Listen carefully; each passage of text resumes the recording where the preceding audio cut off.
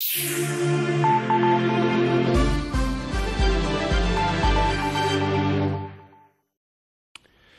est 7h15, bonjour à toutes et à tous, bienvenue dans cette nouvelle édition en direct en ce jeudi 8 mars, journée internationale du droit des femmes.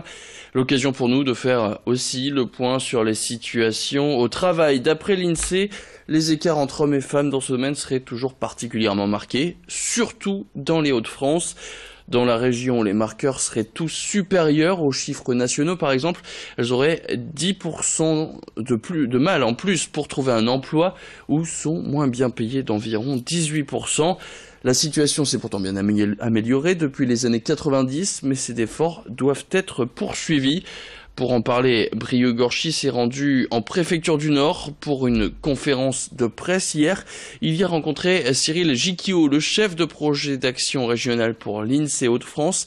C'était juste après donc cette fameuse conférence de presse qui était donnée en préfecture du Nord. Je vous propose tout de suite de l'écouter.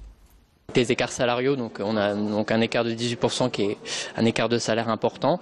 Donc il s'explique donc par le fait que les femmes donc sont plutôt surreprésentées dans des emplois qui sont donc moins rémunérés. Donc on le voit bien, donc elles sont moins souvent donc à des postes à responsabilité ou des postes plus qualifiés.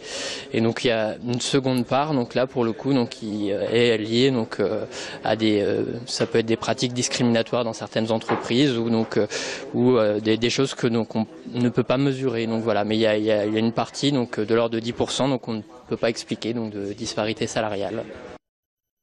On parle maintenant politique. Ce week-end aura lieu le 16e congrès du Front National à l'île Grand Palais. Un congrès qui a pour but, pour les adhérents, d'élire le comité central et le ou la présidente du parti pour les prochaines années. Des centaines de cadres et de militants sont attendus. Ce congrès va se tenir alors que le FN est au plus mal après la défaite à la dernière élection présidentielle. Malgré ça, Marine Le Pen reste favori pour tenir encore les rênes du parti. Pour en parler, Édile Gunaï et Alexis Tessier ont rencontré Steve Riouat, le maire d'Hénin-Beaumont et secrétaire général du parti. Ils sont revenus avec lui sur l'actualité du bassin minier, mais aussi et surtout sur les divers objectifs de ce congrès et la suite à suivre pour le parti. On l'écoute. Je ne veux pas vous dire que tout va bien ou que tout va mal, non, simplement faisons une analyse de ce qui s'est passé. L'objectif pour nous, c'est d'arriver un jour à obtenir plus de 50% des suffrages. La présidentielle a été un succès puisque nous avons obtenu la confiance de 11 millions de Français et 35% des électeurs ont fait confiance en Marine Le Pen. Or, il faut arriver à 50%. Donc, il est nécessaire de pouvoir analyser ce qui a marché et évidemment d'analyser ce qui n'a pas fonctionné et de savoir quels sont les changements qui peuvent être incarnés de manière à obtenir 50% des voix.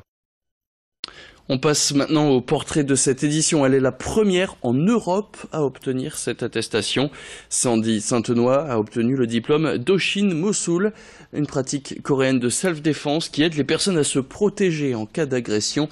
Ce diplôme, c'est forcément une fierté pour elle, mais aussi pour l'école de taekwondo de Mont-Saint-Barreul qu'elle fréquente. À l'occasion donc de la journée de la femme, une journée découverte est organisée samedi à la salle de province de Mont-Saint-Barreul. Portrait signé Xavier Silly et Céline Nuret. Je viens ouvrir. J'ouvre vers le bas. Déjà, je relâche. Ici, je fais une rotation vers l'intérieur afin qu'elle lâche mes poignets. Et c'est moi qui la saisis.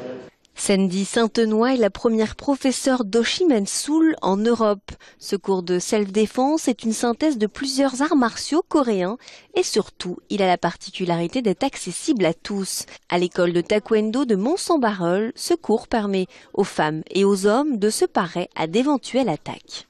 Le Oshin Mosul a été créé par maître Lee Kang-hoong. C'est le fondateur, c'est la personne qui a rapporté le taekwondo en France il y a 48 ans. C'est une synthèse du taekwondo, de l'apkido qui est notre self-défense. Donc c'est la self-défense avec bien sûr des parties comme on a pu le voir du combat qui est un peu plus cardio aussi. À l'occasion de la journée de la femme, Sandy Saintenoy a lancé un programme de découverte de cette pratique ce samedi. De quoi susciter un déclic chez des femmes qui expriment de plus en plus leur envie de faire face aux agressions dont elles peuvent être victimes. Oui, c'est plus dans l'air du temps aussi d'apprendre à se défendre et de découvrir une discipline qui est comme le Oshimunsul, très complète. Donc la journée de la femme débute à 13h au sein de la salle province à Mont-Saint-Barreul. Il y a 3 ateliers qui seront animés par moi-même. Donc il y a le taekwondo, le body taekwondo, le Oshimunsul, et Christophe Meurice, le professeur principal, va profiter pour s'occuper des enfants sur des ateliers taekwondo. Donc on peut venir avec les petits bouts de chou. À Mont-Saint-Barreul, samedi Saint-Tenoy prodigue aussi le Oshimunsul les lundis et vendredis, salle province dès 19h30. 3, 4, 5. Dans l'actualité, je vous propose un petit retour en arrière. En 2013, Gérard Depardieu s'installait en Belgique, à Néchin, près de la frontière. Une installation qui faisait couler beaucoup d'encre, puisqu'il avait reconnu l'avoir fait pour raisons fiscales. Presque 5 ans plus tard, aujourd'hui donc, l'acteur français n'a pas été souvent aperçu dans la commune. Il y a quelques mois, Gérard Depardieu remettait sa maison en vente, ce qui était une déception pour le bourgmestre d'Étainpuis, qui a tissé des liens avec l'acteur. Mais il aurait réussi à le convaincre de rester. Le Français est donc de nouveau officiellement domicilié à Néchin. Les arguments de Didier Senechal, le bourgmestre d'Étainpuis, qui ont donc convaincu Gérard Depardieu, il les exposait fièrement à Idil Gunaï et à Alexis Tessier. J'écrivais un 3e livre qui était consacré à mes 24 ans de bourgmestre à Étainpuis et que je souhaitais qu'il puisse écrire la préface, ce qu'il a accepté immédiatement. Et au téléphone, on a commencé à échanger au niveau de la vente de la maison. Je me suis dit pourquoi il vendait cette maison. Il me disait qu'il n'avait plus d'utilité puisqu'il était à tourner. Mais j'ai dit, est-ce que tu vas souvent à tourner? Non, je suis pas souvent à tourner. Donc j'ai dit, pourquoi alors ne pas vendre la maison, revenir à Néchin, tes premières amours. T'es dans une entité magnifique, en sécurité, dans un cadre verdoyant, avec beaucoup de convivialité. Et donc il a dit, c'est vrai, et en plus, j'ai beaucoup d'affinités pour toi. Et en écrivant la préface, il m'a dit, je reviens m'installer à Néchin.